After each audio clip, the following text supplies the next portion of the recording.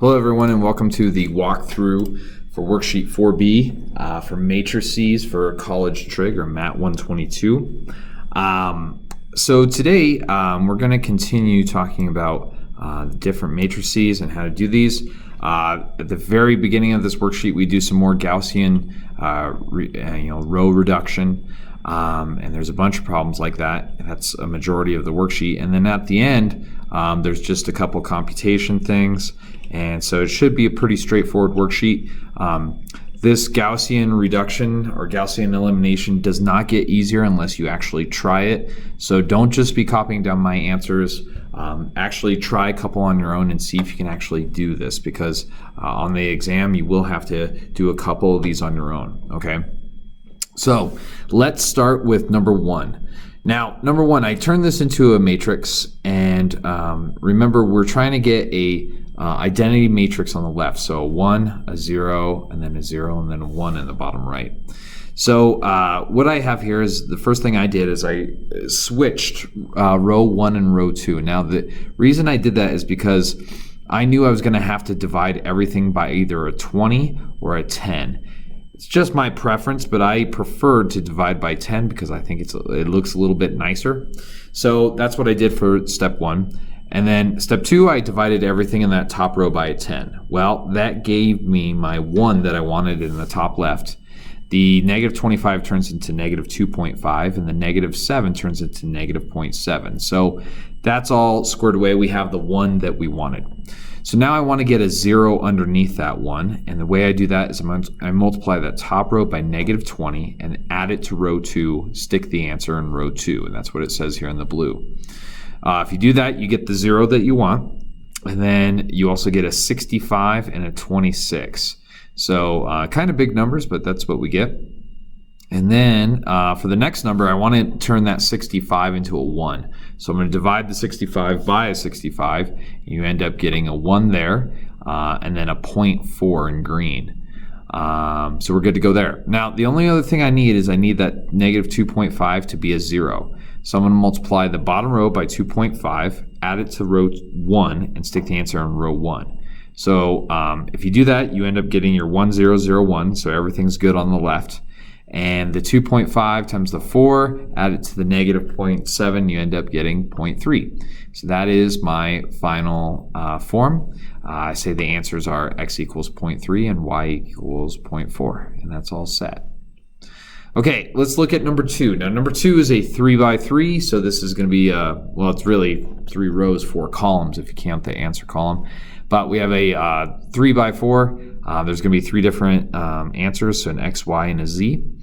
So I turn this into a matrix, which is what I have here.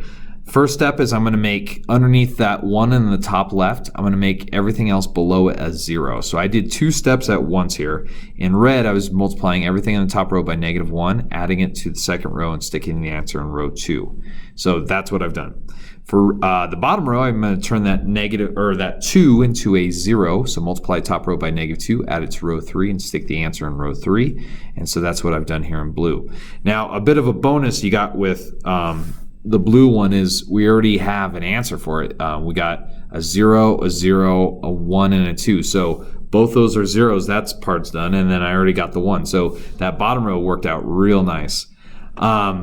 So for the next step, I want that 2 right in the middle of that matrix, that red 2, to be a 1. So I'm going to divide everything in that whole row by a 2. So 2 divided by 2 gets me the 1, and then I have the other stuff.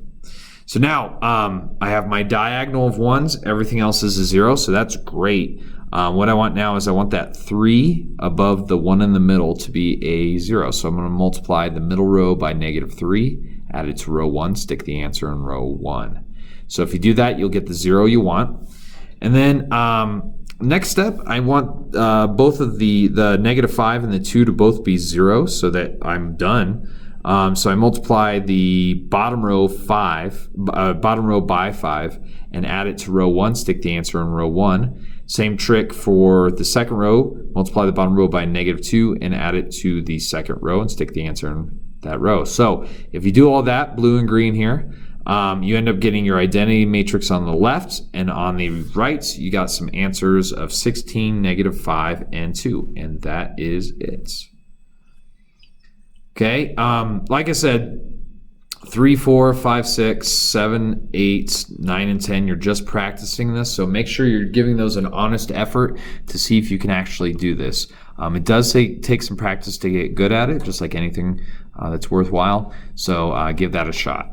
Okay, so let's look at number 11. Number 11, we're going to multiply A matrix by 3, so everything in there is going to get multiplied by 3.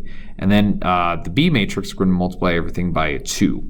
Well, if you do that, you get these two answers right here. And since these two are the exact same dimensions, we have 3 rows, 2 columns for both of them, we can just do this coordinate by coordinate. So the top left one is 0 minus 2, so that's how I got a positive 2. Okay. Next one, -3 minus 0 is -3, and so on and so forth. So for your final answer, you get 2. Well, you get this matrix right here. Okay. Number 12. What we're gonna or what they want us to do is multiply these two matrices. Well, first we need to look at the dimensions of it. So A is a 3 by 2, B is a 3 by 2 as well.